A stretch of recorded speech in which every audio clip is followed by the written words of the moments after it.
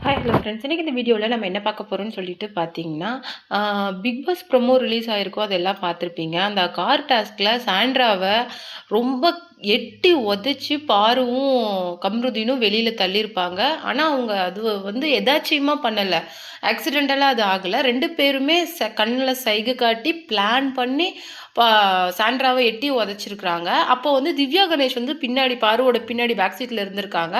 அவங்களோட கையும் அப்போ மாட்டிக்கிச்சு. அதை எதை பற்றியுமே பாருவும் சரி கம்ருதீனும் நினச்சி கூட பார்க்கல. பாரு என்ன பண்ணுறாங்களோ அதுக்கு கம்ருதீன் வந்து பிளைண்டாக சப்போர்ட் பண்ணி சாண்ட்ராவை கீழே விழ வச்சுட்டாரு. அதுக்கப்புறம் சபரி வந்து நீ ஏன் இப்படி பண்ணின அப்படின்னு கம்ருதீனை கேட்டதுக்கு, நான் கீழே தள்ளனா ஃபிட்ஸ் வரும் நான் எதிர்பார்க்கலடா, கீழே தள்ளுறது வந்து கேமே கிடையாது, யார் எவ்வளோ நேரம் ஃபைனலாக யார் ரொம்ப நேரம் காரில் உட்காந்துட்டு இருக்காங்களோ அவங்க வந்து டிக்கெட் ஃபினால வின் பண்ணிவிடுவாங்க. ஒருத்தர் இப்படி ஹராஸ் பண்ணி தான் அந்த டிக்கெட் வின் பண்ணணும்னு ஒரு அவசியமும் கிடையாது.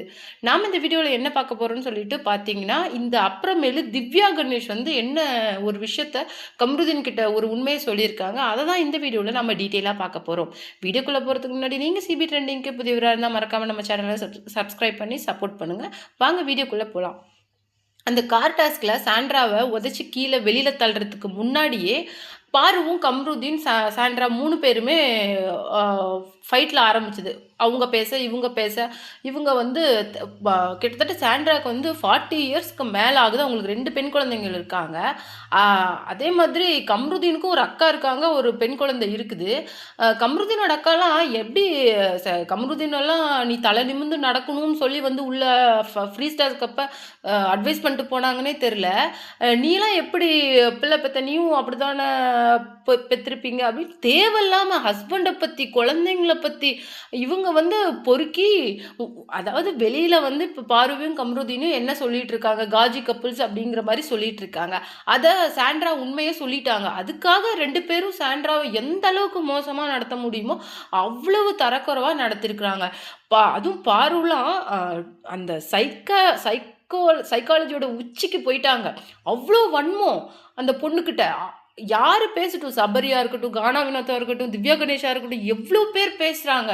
அப்படியே மார்க் பண்ணுறது என்ன, திமிரா பதில் சொல்கிறது என்ன, அப்படி தான் செய்வேன், அப்படி தான் பேசுவேன், என்ன பண்ணுவேன், நீ என்ன பண்ணுவ அப்படிங்கிற மாதிரி அவ்வளோ பார்க்கவே உண்மையிலேயே ஒரு பொண்ணு கிட்டத்தட்ட பண்ணுறது தப்புன்னு தெரிஞ்சு கூட 4 பேரை எதிர்த்து நிற்கிறது, இது என்ன சொல்கிறதுனே தெரில. அது மட்டும் கிடையாது, இதுக்கு கம்ருதீன் வந்து பிளைண்டாக சப்போர்ட் தெரியுதா தெரியலையா, இல்லை இப்போ என்ன நடந்துட்டுருக்கு, இதோடைய ட்ரூத் என்ன எதுவுமே அவருக்கு தெரியல. திவ்யா கணேஷ் வந்து ஒரு வார்த்தை சொல்கிறாங்க கம்ருதீன் கிட்ட, நீ வெளியில் போய் ஷோ பாரு, இந்த பொண்ணு ஆரம்பத்துலேருந்து உன்னை பற்றி யார்கிட்ட என்னென்ன சொல்லியிருக்கு, பிஃபோர் லவ் ஆஃப்டர் லவ் எதுவாக இருக்கட்டும், நீ பார்த்துட்டு எனக்கு கால் பண்ணு, உனக்கு உண்மை அப்போ புரியும் அப்படின்னு சொல்லியிருக்காங்க.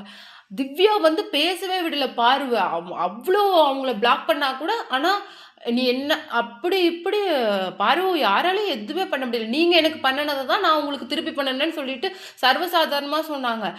முன்னாடி டாஸ்கில் இருந்த டாஸ்கோட செட்டப் வந்து அப்படி இருந்தது. பட் இது வந்து ஃபிசிக்கலாக ஒரு விமனை நீங்கள் வெளியில் பிடிச்சி தள்ளி ஃபிட்ஸ் வேறு வச்சுருக்கிறீங்க. அவங்க ஹாஸ்பிட்டலில் போய் சீரியஸ் ஆகி அதுக்கப்புறம் வந்து இங்கே பிக் பாஸ் வீட்டுக்குள்ளே வந்திருக்காங்க. அப்பயும் அவங்களால நடக்க முடியல. ரொம்பவும் சபரி வந்து ரொம்ப கேரிங்காக கூட்டிகிட்டு வந்து அவங்கள ரெஸ்ட் ரூம் போக வச்சு அப்புறம் பெட்டில் வந்து படுக்க வச்சுருந்தாங்க. அப்புறமேலு தேவையில்லாமல் கம்ருதீன் வந்து விக்கல்ஸ் கிட்டேயும் கானா வினோத்கிட்டையும் தேவையில்லாத வார்த்தைகளை யூஸ் பண்ணி பேசிகிட்டு இருந்தாங்க. நீ என் அம்மாவை பற்றி பேசிட்டு இல்லை விக்கல்ஸ், உன்னை நான் வாடா நான் சிங்கிள்ஸ் பார்த்துக்கிறேன், வெளியில் வந்து உன்னை பார்த்துறேன்டா நான் கொன்று.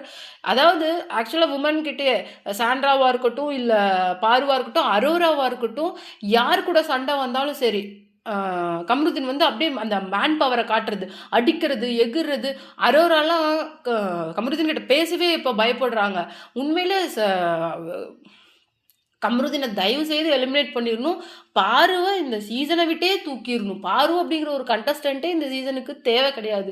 இந்த அளவுக்கு மோசமாக நீங்கள் என்ன ஸ்ட்ராட்டஜி வேணாலும் யூஸ் பண்ணி விளையாடலாம், தப்பு இல்லை. நீங்கள் வின் பண்ணுறதுக்கு ஸ்ட்ராட்டஜி யூஸ் பண்ணலாம். ஆனால் இன்னொருத்தரை ஃபிசிக்கலாக இப்படி ஒரு டார்ச்சர் கொடுத்து நீங்கள் எவ்வளோ வேணாலும் பேசலாம், எதை வேணாலும் பண்ணிக்கலாம். ஆனால் ஃபிசிக்கலா நீங்க எப்படி ஒருத்தர இப்படி பண்ண முடியும்? கேம தாண்டி நீங்க ஒருத்தர இப்படி பண்றது ரொம்பவே தப்பு. அது உங்களுக்கு தெரியுதா இல்லையா? இல்ல உங்க அம்மா வந்து உங்ககிட்ட என்ன சொல்லியிருப்பாங்க? நீங்க என்ன மாரி விளையாண்டுட்டு இருக்கீங்க அப்படிங்கிறத ஒரு வரியில உங்க அம்மா சொல்லிட்டு கிளம்பி இருந்திருக்கலாம். பட் அவங்க அம்மா வந்தப்ப அவ்ளோ கேர் பண்ணி திவ்யா கணேஷ் வந்து உங்க அம்மாவ பார்த்துக்கிட்டாங்க. அவங்களுக்கு டீ போட்டு குடுக்குறதா இருக்கட்டும், இவ்ளோ சுகர் இந்த டிகாஷன்ல வேணும் அப்படின்னு சொல்லிட்டு, ஆனா அவங்களே வந்து என்ன ரூமர் சொல்லிட்டு போனாங்கன்னா, திவ்யா வந்து ஒரு ஊர்க்கிழவி அப்படின்னு சொல்லிட்டு போனாங்க.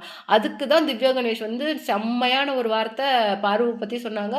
"நீ வந்து ஒரு ஊனக்கிழவி. அது பக்கத்துல தான் நீ உட்கார்ந்துட்டு இருக்க" அப்படின்னு சொல்லிட்டு கமருதீன் கிட்ட சொன்னாங்க. நீங்க இத பத்தி என்ன நினைக்கிறீங்க? இந்த ப்ரோமோ பார்த்து உங்களுக்கு என்ன மாரி ஃபீல் ஆச்சு அப்படிங்கிறத மறக்காம நம்ம கமெண்ட் பாக்ஸ்ல சொல்லுங்க.